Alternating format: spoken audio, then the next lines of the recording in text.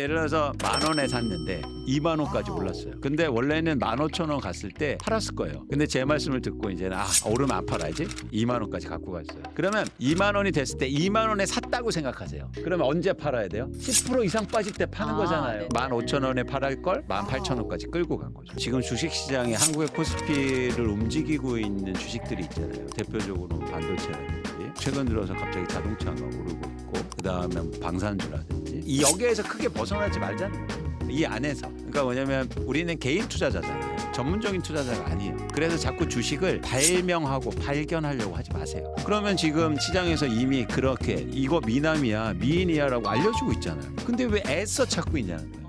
지금 인터넷 끝판왕에서 모르면 못 받는 통신지원금 80만 원 설치 당일 즉시 입금받을 수 있습니다. 내가 내는 월 요금에 포함되는 거라 이거 안 받으면 손해보는 것 같은데요. 통신지원금 80만 원에 합리적인 요금 설계로 결합 할인 72만 원까지 놓치지 않고 챙겨준다고 합니다. 꼭 가입하지 않으셔도 됩니다. 견적만 받아봐도 스타벅스 커피 쿠폰 증정하고요. 현금 사은품을 혹시라도 더 주는 곳이 있지 않을까. 차액 150%를 보상한다고 하니까 다른 데 알아보실 필요 없이 믿고 하셔도 될 것 같습니다. 365일 상시 상담 가능하니까요.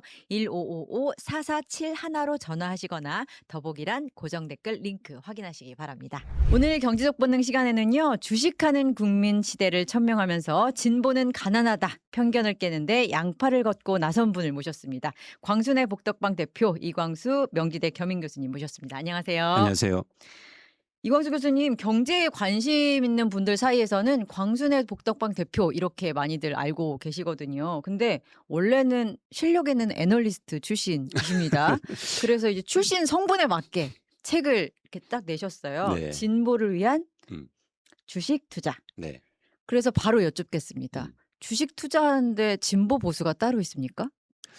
이제 두 가지가 있는데 함의가 좀 있는데요. 말씀하신 것처럼 어쨌든 진보하고 보수를 나눌 수 있다면 일단 특히 진보적인 생각을 갖고 있는 분들한테 주식 투자를 좀 얘기하고 싶었습니다.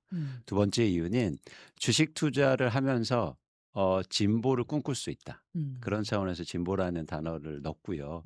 제가 이런 생각을 갖게 된 이유는 뭐냐면 일종의 뭐 경제라든가 투자에서 볼 때 이 진보 측이라고 하는 진보 일종의 진영? 진영이라고 할까요? 저는 뭐 정치적으로 구분하는 걸 뭐 뚜렷하게 구분할 수는 없겠지만 어쨌든 특히 주식 투자를 굉장히 불로소득이라고 얘기하고 그다음에 부정적인 생각을 좀 갖고 있더라고요. 그 어떤 그런 편견, 그런 벽을 한번 도전해 보고 싶었습니다.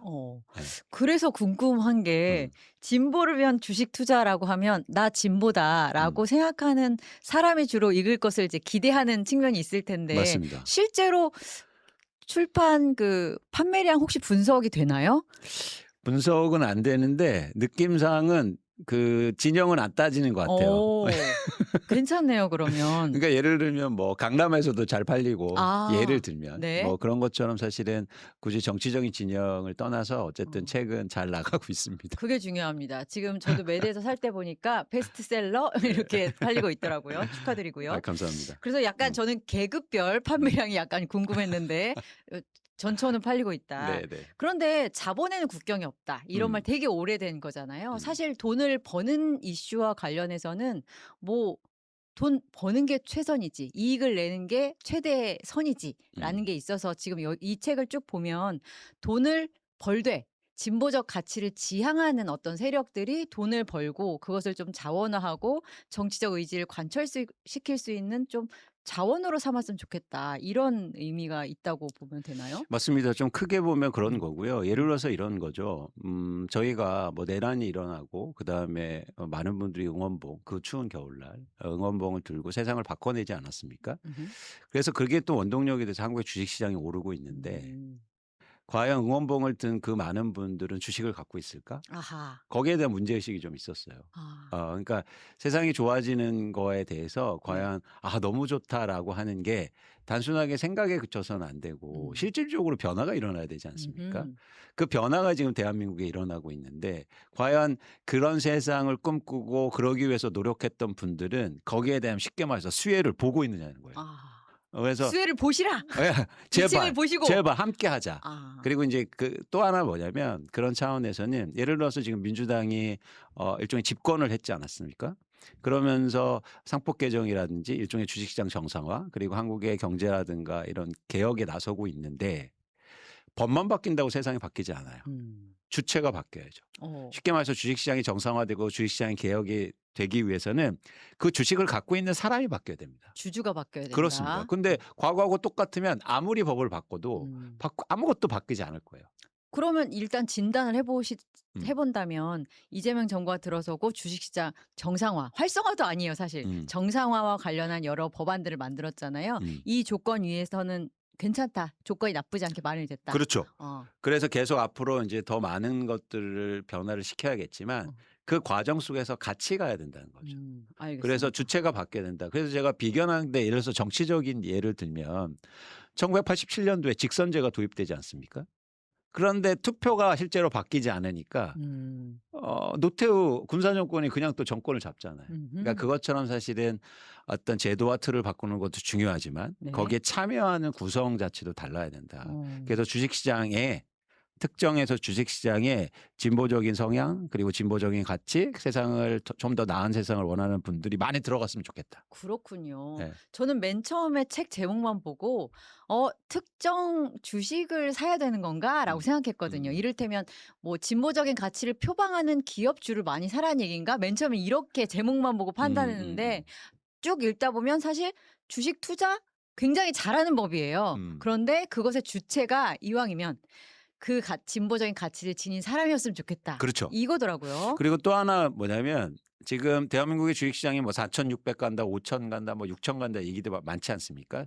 지난해에만 거의 코스피 지수가 저점 대비해서 80%가 상승했는데 세계 1등. 그렇습니다. 근데 주식의 편차가 너무 커요. 아 예. 그러니까 자산 순자산 분위별로 5분위는 평균적으로 주식을 7천만 원 정도 들고 있거든요. 음흠. 근데 자산이 상대적으로 적은 가구는 1분위는 70만 원밖에 없단 말이에요. 오. 100배 이상의 차이가 납니다. 80%나 오른 코스피의 이득은 누가 가져갔는가? 그렇죠. 어. 그게 나쁘다는 얘기를 드리는 게 아니에요. 네. 당연히 그렇게 투자했겠죠. 근데 나머지 80%는 뭐 하고 있냐는 거예요. 참여합시다 이 말이군요. 맞습니다. 알겠습니다. 대신 잘 참여해서 제대로 챙기자. 그렇죠. 잘 이제 배워서 왜냐면 그렇게 투자 안 한 게 전 두 가지 이유라고 보고 있는데 첫 번째는 잘 몰라서 음. 그리고 두 번째는 뭐냐면 돈도 사실 많지 않아서 음. 그거잖아요. 근데 네. 첫 번째 잘 몰라서는 이건 극복해야 된다. 이걸 보면 되니까. 책을 보면 되니까. 예, 공부하면 되고. 네. 충분히 가능하다. 두 번째는 음. 돈이 없어서 이 부분은요. 그 부분은 이제 정책적으로 배려가 이제 들어가야 되는데 정부라든지 아니면 뭐 정치권에서도 이런 자산의 격차 그리고 주식 투자의 격차를 줄이기 위한 노력들이 필요하겠죠. 그렇군요. 그리고 동시에 또 이런 것도 있지 않습니까? 예를 들면 부동산을 이용해서 자산 투자를 하여 내가 좀 격차를 줄이겠다라는 거는 진입장벽이 너무 높아요. 하지만 주식은 그래도 내가 월급 좀 열심히 모아서 충분히 진입장벽을 넘을 수 있다. 네. 이런 부분이 있기 때문에 그리고 또 하나 주식 자체로도 진보적인 성격을 갖고 있어요. 어떤 면이 뭐냐면 있을까요? 말씀드린 것처럼 부동산을 말씀하셨는데 부동산은 제로섬 게임이에요. 아, 그렇죠. 내가 돈을 벌면 누군가 돈을 내야 됩니다. 음. 근데 주식시장 그렇지 않아요. 음흠. 모두 다 윈윈할 수 있어요. 그런 의미에서 정치권 입장에서는 주식시장을 살리는 게 나쁘지 않을 것 같아요. 왜냐하면 이해 당사자 계산을 안 해도 되잖아요. 맞습니다. 다 같이 신나는 어떤 그렇죠. 시장. 근데 지금 다 같이 신나지 않고 있단 말이에요. 신납시다. 근데 격차가 너무 크니까 지금 오히려 네. 지금 화가 나기 시작했단 말이에요. 아, 그렇습니까? 주가가 올라서 좋은데 100만 원 갖고 있는데 80% 올랐다. 와. 누군가 1억을 갖고 있는데 80% 올랐다는 다른 차원이지 않습니까? 시드머니의 중요성. 그래서 구체적인 방법에 대해서 이제 좀 본격적으로 네. 좀 탐구를 좀 해볼까 하는데요. 좋습니다. 꼭 하나하나 짚어주세요. 일단 지금 하는 게 맞아요? 이 질문 되게 많이 들으시죠. 그쵸. 왜냐하면 사람들은 너무 많이 꼬꾸라지는 경험을 했어요. 이번에는 다를까? 이번과 과거가 다릅니까? 계속 올라갈 수 있어요, 코스피가? 저는 상승에 훨씬 무게중심을 많이 두고 있는데 상승 가능성이 높다. 물론 이게 확률적인 시장이기 때문에 무작정 계속 오른다는 얘기는 드리는 게 아니고 일단 확률적으로 상승할 가능성이 높다라는 거죠. 뭐 여러 가지 이유가 있겠지만 이제 두 가지의 직접적인 이유는 첫 번째는 뭐냐면 한국의 기업들이 굉장히 좋아지고 있어요. 그래서 예를 들어서 MSCI라고 하는 이머징 마켓에 그러니까 뭐 예를 들면 한국이라든가 이렇게 뭐 그러니까 주식시장에서 한국은 선진국이 아니거든요. 그래서 이런 어떤 그 일종의 개발도상국의 주식시장만 보면 개발도상국 중에서 보면 비교해 보면 대한민국이 2026년 기업 실적이 가장 많이 증가합니다. 음. 그러니까 일종의 주가에서 그러니까 기업을 평가할 때 일종의 펀더멘탈이라고 하는데 실적이 바로 반영이 되니까요. 그렇습니다. 음. 그리고 두 번째는 뭐냐면 아까 말씀드린 것처럼 어쨌든 상법을 개정시키고 정부가 아니면 정치권이 노력을 하지 않습니까? 이게 주식시장 정상화하고 연결이 되는데 그러면은 한국의 일종의 할인 요소들, 한국 음. 주식시장의 할인 요소가 충분히 해소될 수 있다. 그래서 코리아 외국인들이 디스카운트 드디어 해소되는 겁니까? 그렇죠. 그래서 이제 외국인들이 관심이 굉장히 많거든요. 그런 차원에서는 일종의 상승할 확률이 높다고 판단하고 있고 네. 그렇다면 너무 많은 걱정보다 일단 시작하는 게 되게 중요하다. 그러니까 왜 이런 말씀을 드리냐면 아까도 말씀하셨듯이 지금 많은 분들이 가장 많이 하는 질문이 있습니다. 그건 뭐냐면 "이렇게 올랐는데 해도 돼요?" 음. 그거죠. 이거 계속 오를 수가 있는 거예요? 네. 근데 그 판단 기준은 어디에 있냐면 과거에 있는 거예요. 아하. '이렇게 올라서 더 오를 수 있어요?'가 되는 거죠. 근데 어. 투자는 과거에 하는 게 아니에요. 그렇네요. 투자는 미래에 하는 겁니다. 그렇네요. 그래서 우리의 질문의 방향과 판단 기준은 미래에 맞춰져야 돼요. 이렇게 올랐다가 중요한 게 아니고 더 오를 수 있느냐가 더 중요한 질문이거든요. 해당 기업들이 실적을 계속적으로 발생시킬 수 있는가? 그렇죠. 이익을 낼 수 있는가? 그런 차원에서는 음. 충분히 가능성이 있다. 음음. 대한민국 주식 시장이 이렇게 그동안 많이 올라서 부담스러운 게 아니고 앞으로 더 오를 수 있다면 해야 된다. 예를 들면 삼성전자 같은 경우에 얼마 전에 이제 분기 수익이 음. 20조 원을 넘은 게 되게 화제가 음. 됐는데 삼성전자나 뭐 SK하이닉스나 지금 우리 이른바 그 이끌고 있는 코스피를 이끌고 있는 기업들의 실적이 내년에 아니 올해 좋을 것 같고 그쵸. 한동안 굉장히 좋을 것 같다라는 것은 이미 정리된 의견이잖아요. 맞습니다. 어. 근데 그런 부분에 대한 어떤 신뢰와 네. 그러니까 확실한 부분이 있기 때문에 너무 걱정을 먼저 하실 필요는 아하. 없겠다. 미래를 봐라. 그렇습니다. 알겠습니다. 그다음에 인제 시작을 하는 거예요. 음. 시작을 하고 그다음은 대응하면 됩니다. 대응. 어. 그럼 대응의 조건들을 슬슬 살펴보면 되겠군요. 음. 조건을 살펴보기 앞서서 지금 우리가 앞서서 코리아 디스카운트라든지 여러 가지 이제 뭐 제반 환경에 따른 디스카운트가 있었잖아요. 이게 주가 상승이 그래서 실제로 실적이 좋은데도 불구하고 주가가 충분히 오르지 못했다라고도 볼 수 있는 측면이 있을까요? 일단 뭐 반도체를 말씀하셨으니까 반도체만 보면 음. 아직까지도 한국의 반도체 회사들의 일종의 가치 평가 밸류에이션이라고 하는데 그게 낮은 수준입니다. 음. 글로벌하게 평가하면. 그래서 AI의 투자가 증가하면서 반도체 수요가 증가하는 거잖아요. 그래서 전 세계 AI 기업 중에서 관련된 기업 중에서 쉽게 말하면 가장 싸요. 음. 예. 지금 20조 삼성전자 20조를 기준으로 계산해 보면 삼성전자가 빅테크 10개 안에 들어가던데 그죠? 맞습니다. 하이닉스도 마찬가지로 100조 만약에 되면 그 그쵸. 수준이거든요. 맞습니다. 그런데 그들 중에서 가격이 상대적으로 싼 축이다. 그렇죠. 심지어 제일 싸다. 네. 어허. 어. 참고하십시오. 네. 그렇군요. 그러면 본격적으로 그럼 이제 어떻게 대응할까? 조정이 오는 거는 우리가 피할 수가 없겠죠, 시장 음. 상황에 따라서. 음. 조정이 왔을 때 좀 내려가는 것 같아. 확 내려갈 것 같아. 그건 어떤 신호로 이해를 하면 돼요? 그리고 어떻게 대응하면 돼요? 그러니까 이게 주식 투자가 이런 겁니다. 내가 확고한 미래의 어떤 예측을 갖고 인제 행동을 해야 되죠. 네. 그렇기 때문에 확신을 얻기 위해서 사기 전에 쉽게 말해서 투자하기 전에 굉장히 많이 고민하시고 결정을 한 다음에는 예측을 한 거 아닙니까? 쉽게 말해서 '내가 한국의 코스피가 오를 것 같아.' 해서 코스피 ETF를 매수했습니다, 네. 오늘. 네. 그러면 이제부터는 예측은 하는 게 아니에요. 미래를 봐. 예. 예. 그러니까 예측의 숙명은 뭡니까? 틀려요. 음. 그래서 예측의 횟수를 줄여야 돼요. 음음. 예측은 언제만 한다? 살 살 때만. 때만요. 네. 그다음에 나머지는 대응의 영역이에요. 음. 이때는 주가가 변동될 때마다 인제 대응하는 건데 음음. 일단 가장 기본적인 원칙은 뭐냐면 대응하는 건 이익은 늘리고 손실은 줄여야 되는 게 대응 방식입니다. 그래서 예를 들어서 주가가 오르면요. 팔지 않는 거예요. 그게 굉장히 어려워요. 예. 이익을 실현하고 싶은 욕심 플러스 이거 조금 있다가 내려가면 어떡하지?' 하는 공포가 섞여서 올랐을 때 버티는 게 상당히 어렵다. 그죠. 그래서 단순하게 생각해 보면 됩니다. 오를 때는 안 판다. 오를 땐 안 판다. 예. 음. 예. 그 원칙만 지키시면 돼요. 오르는데 왜 팔아요? 근데 사람들은 오르면 꼭지점에서 팔고 싶다는 그 맞아요. 오르면 어떤 생각이 드냐면 '아우 이거 돈 이렇게 벌었는데 이거 빨리 내가 가져와야 되는 거 아니야?' 이런 생각이 크다는 거죠. 퀴즈쇼에서도 그런 거 되게 많잖아요. 예. 지금 중단하시면 500만 원 그렇죠. 계속 가시면 막 이런 거 어. 있잖아요. 그래서 오를 때는 팔지 않고 계속 갖고 있는다. 그러니까 음. 첫 번째 원칙이고 두 번째는 뭐냐면 주가가 빠지면 팔아야 돼요. 음흠.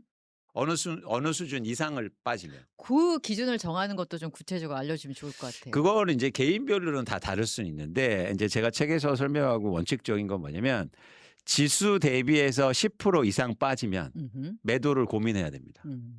예를 들면 코스피가 2% 빠졌어요. 그리고 근데 내가 갖고 있는 주식이 2% 똑같이 빠졌어요. 이때는 괜찮아. 괜찮아. 빠진 게 네, 아니에요. 네. 이때는 그냥 트럼프 욕하면 됩니다. 네.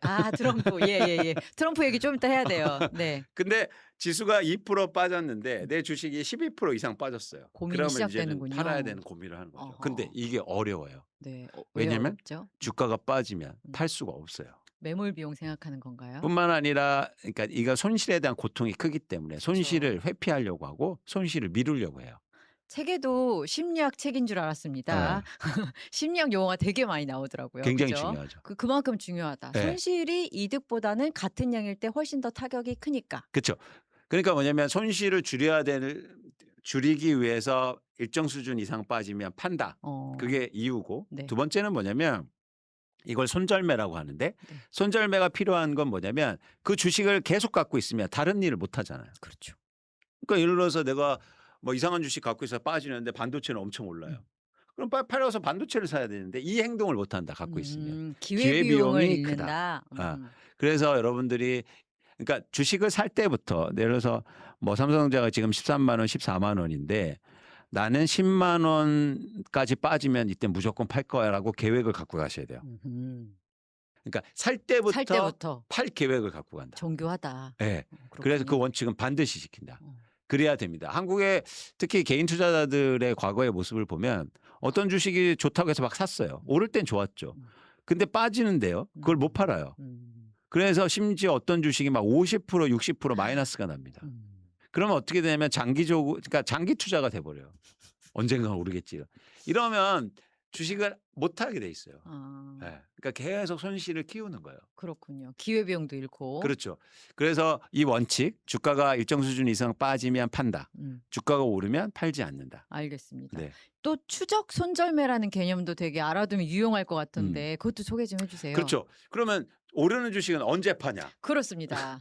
그건 뭐냐면 언제 수익을 내냐 나는. 그렇죠. 이렇게 올라가다가 네. 떨어질 때 파는 거예요. 어허. 그러니까 예를 들어서 10,000원에 샀는데 20,000원까지 올랐어요. 근데 원래는 15,000원 갔을 때 팔았을 거예요. 근데 제 말씀을 듣고 이제는 오르면 안 팔아야지. 20,000원까지 갖고 갔어요.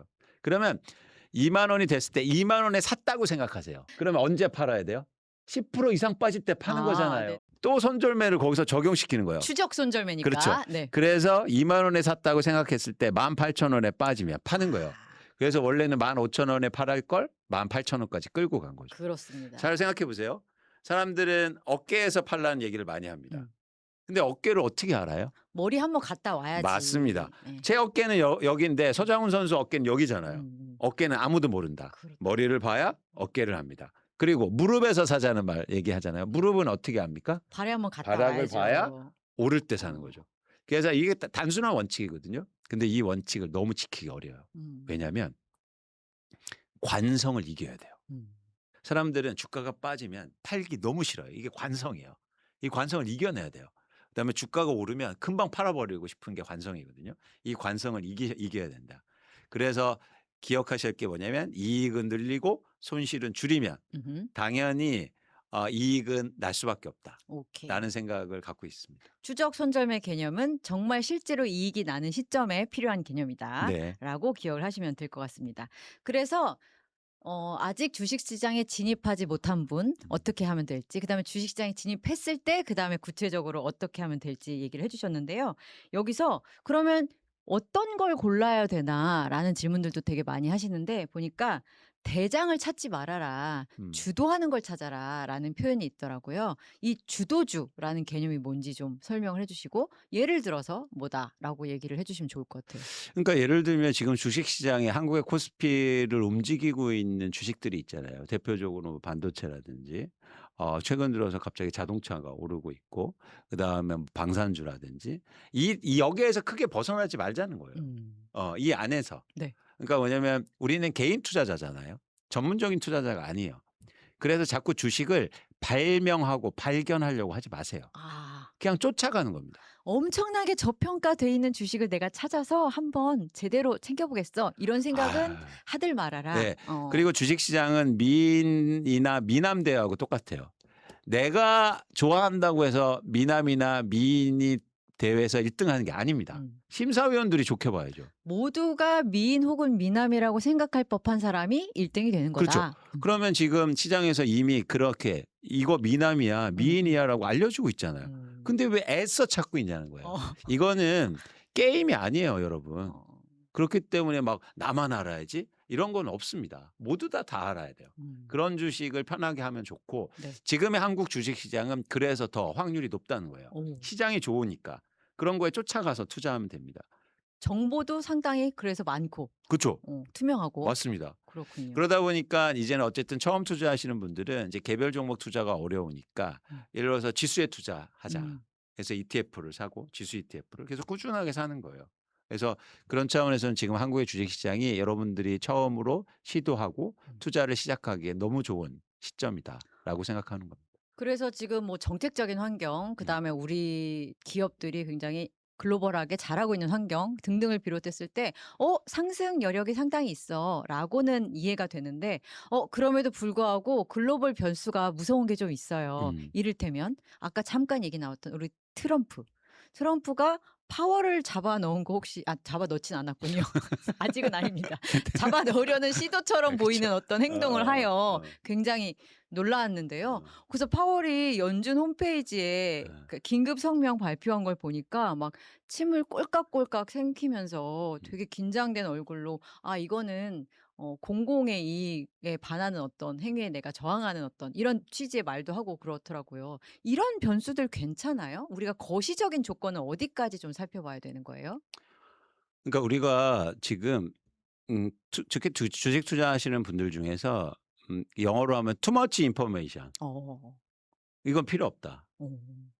그리고 또 하나 뭐냐면 예측할 수 없는 일이지 않습니까? 그렇죠. 트럼프는 더더욱. 어떤 분을 뵀는데요. 네. 개인 투자자인데 그냥 직장 다니면서 투자를 하는데 연준 의원 이름을 다 외우더라고요. 어. 그래서 제가 좀 놀랐어요.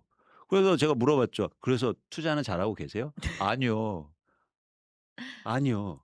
음. 투자의 성과와 네. 그리고 그렇게 너무 많이 아는 것과 너무 많이 예측하려고 하는 거는 네. 사실은 인과관계가 없어요." 그렇습니까? 예. 그쵸. 그래서 그걸 어떻게 압니까? 그렇기 때문에 우리는 우리가 판단 기준 주식을 살 때 예를 들어서 '나는 삼성전자의 디램 가격이 오르고 삼성전자의 실적이 좋아서 삼성전자에 투자하겠습니다.' 그럼 이것만 보시는 거예요.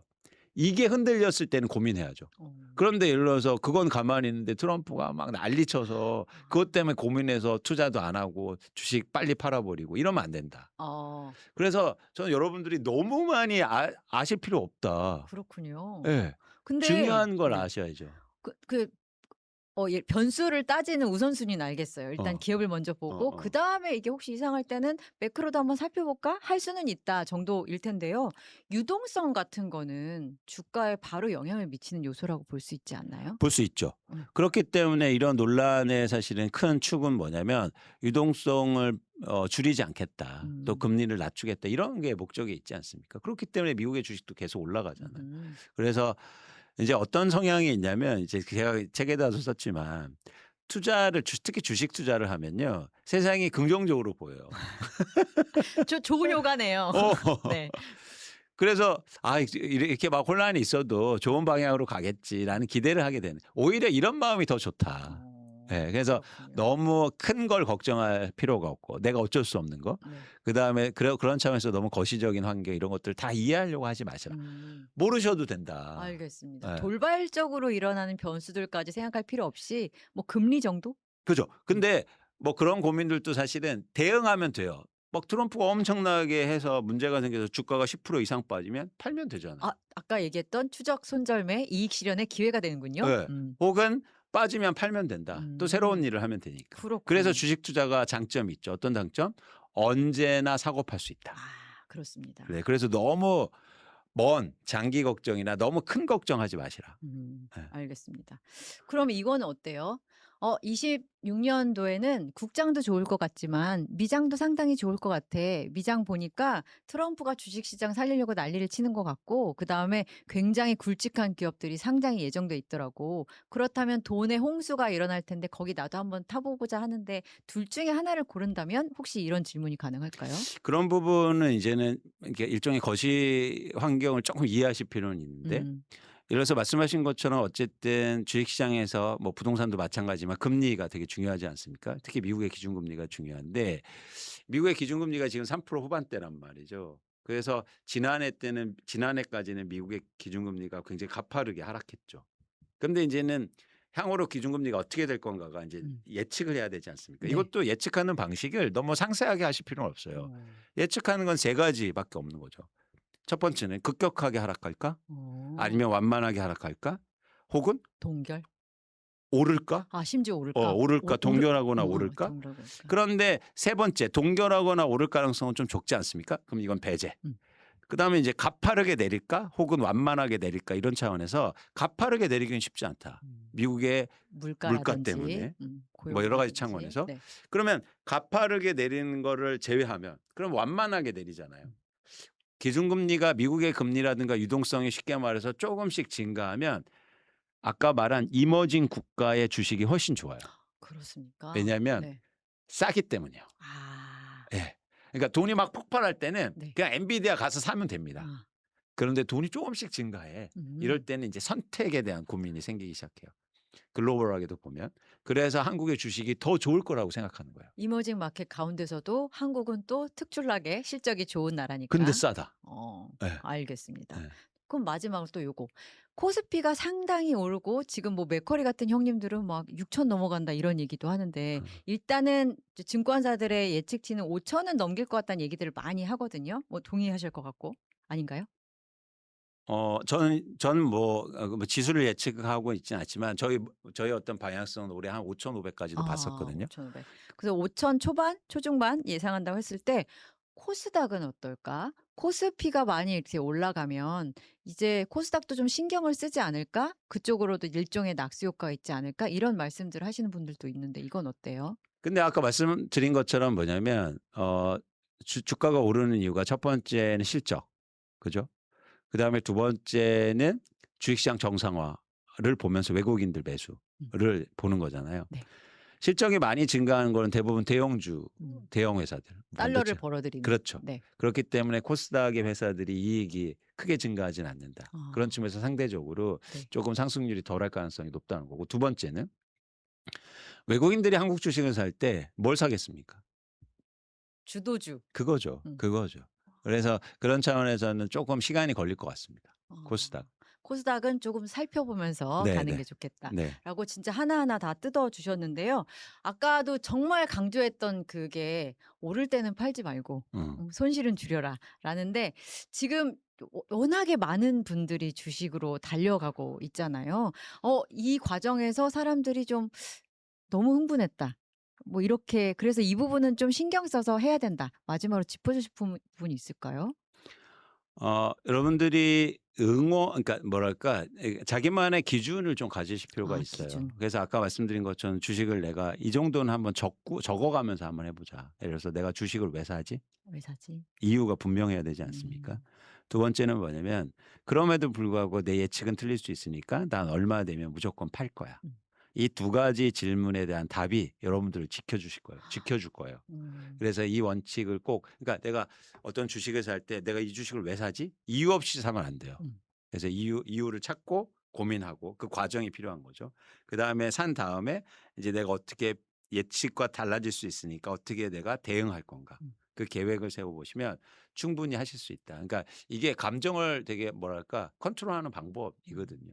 감정 컨트롤이 되게 중요한 이유, 그리고 책에도 굉장히 심리학 용어가 많이 들어간 이유는 네. 지금 시장이 좋기 때문에 좀 스슬러 이런 의미 되게 많을 것 같아요. 근데 이게 언제까지 좋을지 혹시 예측이 되세요? 아니요. 어. 그건 예측이 불가능하고 자산 시장의 특성은 뭐냐면 오르면 계속 오를 수 있습니다. 음. 아. 예를 들어서 일본은요. 12년 동안 지수가 그러니까 이게 니케이 지수가 5배가 올랐어요. 우리는 3,000이었다가 지금 5,500 그렇죠. 내다보는 그건 거니까 똑같이 보면 10년 후에 예를 들어서 15,000이 갈 수도 있다는 얘기거든요. 갈 가능성은 여력은 있다. 그렇습니다. 어 충분히. 네. 알겠습니다. 광순의 복덕방 대표 이광수 명지대 경인 고수와 함께 5,000피를 바라보는 상황에서 진보를 위한 주식 투자는 무엇일지 그 의미를 좀 제대로 따져봤고요. 무엇보다 눈에 띄는 거는 구체적인 방법론이었습니다. 음. 당연한 것 같으면서도 우리가 놓치기 쉬운 어떤 원칙들 다시 한번 음. 짚어주셔서 아마 지금 고민하시고 계신 분들 입장에서는 아, 내가 저런 원칙을 가지고 한번 경제를 이해하고 주식 투자에 나서봐야겠다라는 음. 기회가 됐을 것 같습니다. 근데 여러분들이 좀 용기를 내셨으면 오, 좋겠어요. 이게 투자는 공부하고 막 이런 게 아니거든요. 축구 같은 거요. 그러니까 축구? 예. 축구 그거를 책 보면서 하지 않지 않습니까? 공을 주고받으면서 익히고 아, 학습하고 행동해야 그렇죠. 된다. 행동하면서 사실은 발전이 있는 분야거든요. 오, 그렇기 때문에 제가 또 진보를 강조할 수밖에 없는데 음, 주식 투자는 나이, 성별, 학력, 지역 따지지 않습니다. 음, 그리고 돈 많다고 돈 많이 버냐? 그렇지 않아요. 그렇네요. 굉장히 진보적이에요. 음, 그래서 여러분들 용기를 내시고 시작하시고 음. 대신 아까처럼 감정을 컨트롤하고 그다음에 계획을 잘 지키시면서 각자 우리가 함께 해야 된다. 그래야 음. 세상이 바뀌죠. 함께 하자. 그리고 그 이재명 대통령이 또 재임하자마자 바로 또 천명했던 이슈기도 해서 정책적으로도 많은 뒷받침이 있을 것 같거든요. 그렇죠. '기회다.'라고도 그렇죠. 볼 수 그렇죠. 있군요. 그렇죠. 그래서 너무 미래에 대해서 너무 큰 걱정하지 마시고 음. 일단 시작하시고. 근데 제가 이렇게 말씀드리면 "너 주가 빠지면 책임질까요?" 아니요. 책임 못 지죠. 그 대신 행동하지 않으면 아무것도 바뀌지 않습니다. 언제까지 생각만 하실 거예요. 그렇네요. 예. 제반 조건은 갖추셨다. 이제는 행동할 타이밍이다. 그쵸. 알겠습니다. 이광수 명지대 경인 교수와 함께했습니다. 감사합니다. 맞습니다.